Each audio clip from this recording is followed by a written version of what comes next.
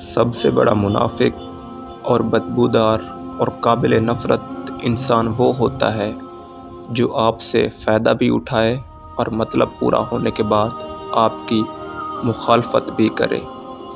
معمولی باتوں کو دل میں رہائش نہ دیں، کیونکہ اگر یہ دل کی مکین بن جائیں تو بڑے بڑے رشتے مسافر بن جاتے ہیں۔ جب آپ رب سے محبت کرتے ہیں تو وہ آپ کے دلوں میں انہی لوگوں کو بسنے دیتا ہے جو آپ کی محبت کے اہل ہوتے ہیں۔ جب آپ مالی طور پر مضبوط ہوں تو آپ کی فضول باتیں بھی لوگوں کو اقوال زرین لگتی ہیں۔ مجھے مایوس ہونے والے شخص پر تعجب ہوتا ہے جبکہ اس کے پاس استغفار کی قوت موجود ہے۔ رسول اللہ نے ارشاد فرمایا، اللہ تعالیٰ کے لیے بعض لوگ ایسے ہیں جیسے کسی کے گھر کے خاص لوگ ہوتے ہیں۔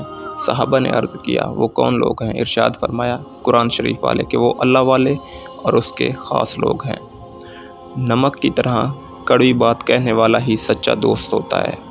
میٹھی باتیں کرنے والا ہمیشہ چاپلوس ہوتا ہے، کیونکہ تاریخ گواہ ہے کہ نمک میں کبھی کیڑا نہیں لگتا اور میٹھی چیزوں میں کیڑا لگ جاتا ہے۔ آپ کے اچھے وقت کی اصل حقدار وہی لوگ ہیں جو برے وقت میں آپ کے ساتھ رہے ہوں۔ اونچائی پر جانے کے لیے پہلے زمین پر طریقے سے چلنا سیکھ لو، ورنہ ایسا گرو گے کہ نہ اڑ سکو گے نہ چل سکو گے۔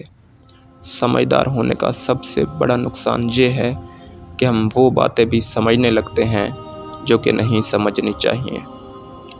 اپنے تمام دشمنوں کو معاف کر دو، لیکن ان لوگوں کو کبھی معاف نہ کرو جو تمہارے رزق اور عزت کے دشمن ہیں۔ انسان سخت مزاج تب بنتا ہے جب بہت سارے لوگ اس کی نرمی کا فائدہ اٹھا چکے ہوتے ہیں۔ اگر اپنے سر پر عزت کا تاج چاہتے ہو تو اپنے غرور کو پاؤں کے نیچے رکھا کرو۔ انسان کے جسم کا سب سے خوبصورت حصہ دل ہے، اور اگر یہ ہی صاف نہ ہو تو چمکتا چہرہ کسی کام کا نہیں۔